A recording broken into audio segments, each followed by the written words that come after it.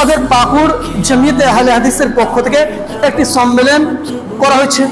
আমরা সকলেই জানছি, এই যে ইস্তাহার হয়তো আপনাদের সামনে আছে, এই ইস্তাহার দেখছেন। আমি ইস্তাহারটা দেখার পরে আমি ভাবলাম যে আমার সুপুরি ভাইদেরকে আমি এটা আহ্বান করবো এবং এটা আমি মেসেজ দেবো যে এই যে ইস্তাহার দেখছেন, এই ইস্তাহারে যতগুলো আলেমে দিন রয়েছেন, কথা বুঝবেন, যতগুলো আলেমে দিন রয়েছেন এবং জমিয়তে আহলে হাদিস পাকুড় যে জিলা জমিয়তে আহলে হাদিস পাকুড় থেকে, পাকুড়ের পক্ষ থেকে যেটা আপনার সম্মেলন 2 দিনকার জন্য রাখা হয়েছে, এখানে কোনো প্রকারের বিশৃঙ্খলা যুক্ত কোনো বক্তা নাই, বরঞ্চ বিশিষ্ট ওলামা ইকরাম রয়েছেন, যেখানে বিশুদ্ধভাবে আপনি ইসলামকে জানতে পারবেন, বিশুদ্ধভাবে আপনি ইসলামকে জানতে পারবেন।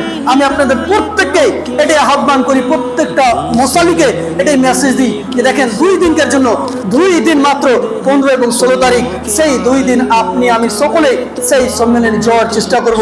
দেখেন ইসলামকে জানার জন্য বিশিষ্ট ওলামা ইকরামদের সঙ্গে সম্পর্কিত হতে হবে, এটা প্রথম পয়েন্ট রাখবেন।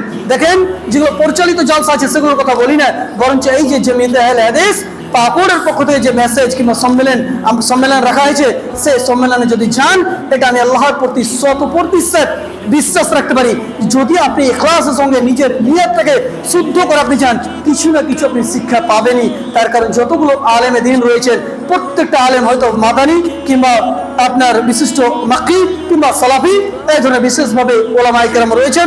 আপনারা সকলে যাবেন এবং সেখানে ইলম অর্জন করার চেষ্টা করবেন।